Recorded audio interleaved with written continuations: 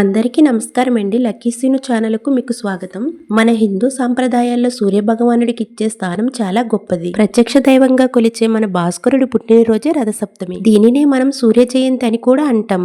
ఈ రోజు అసలు విశిష్టత ఏంటి, మనం చేసే ఆచారాలు వెనుక ఉన్న సైన్స్ ఏమిటి, మరియు దీని వెనుక ఉన్న పురాణ గాథ ఏంటో ఈ రోజు వీడియోలో క్లుప్తంగా తెలుసుకుందాం. వీడియోను ఎక్కడ స్కిప్ చేయకుండా చివరి వరకు చూడండి. మాఘశుద్ధ సప్తమి నాడు సూర్యుడు జన్మించాడని పురాణాలు చెబుతున్నాయి. సూర్యుడు తన 7 గుర్రాల బంగారు రథాన్ని ఉత్తరాయణ దిశగా మళ్లించే అద్భుతమైన రోజు ఇది.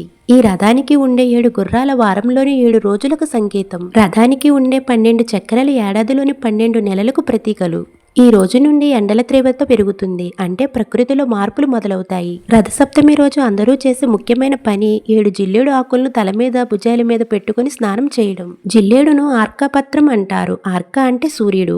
ఈ ఆకులకు సూర్యశక్తిని గ్రహించే గుణం ఉంటుంది. సైన్స్ పరంగా చూస్తే ఈ స్నానం వల్ల శరీరంలోని నరాలు ఉత్తేజితమై చర్మ వ్యాధులు తొలగిపోయి రోగనిరోధక శక్తి పెరుగుతుంది. మరో ముఖ్యమైన విశేషం, ఇంటి ముంగిట చిక్కుడుకాయలతో రథం చేసి పూజించడం, అలాగే ఇంటి బయట సూర్యరశ్మి తగిలేలా పొయ్యి పెట్టి కొత్త పాత్రలో పాలు పోసి పరమన్నం వండుతారు. ఆ పాలు పొంగేటప్పుడు సూర్యుడికి నమస్కరించుకోవడం ఐశ్వర్యానికి సూచిక. సూర్యకిరణాలు పడిన ఆ ప్రసాదాన్ని స్వీకరించడం వల్ల ఆరోగ్యం లభిస్తుంది. పురాణ గాథలోకి వెళితే పూర్వం యశోవర్మ అనే రాజు తన కుమారుడికి అనారోగ్యం తగ్గడానికి మహర్షుల సూచన మేరకు ఈ రథసప్తమి వ్రతాన్ని ఆచరించాడు. లోబిగా ఉన్నవాడు కూడా ఈ రోజు భక్తితో సూర్యుని ఆరాధిస్తే ఆరోగ్యం ఐశ్వర్యం పొందుతాడని ఈ కథ ద్వారా మనకు తెలుస్తుంది. అందుకే దీన్ని ఆరోగ్య సప్తమి అని కూడా అంటారు. చూసారు కదా, రథసప్తమి అంటే కేవలం పండుగ మాత్రమే కాదు, అది మన ఆరోగ్యాన్ని కాపాడే ఒక ప్రకృతి వైద్యం. ఈ రథసప్తమి మీ అందరి జీవితాల్లో కొత్త వెలుగులు నింపాలని కోరుకుంటున్నాను. ఈ వీడియో మీకు నచ్చినట్లయితే మరిన్ని ఆధ్యాత్మిక మరియు ఆసక్తికరమైన విషయాల కోసం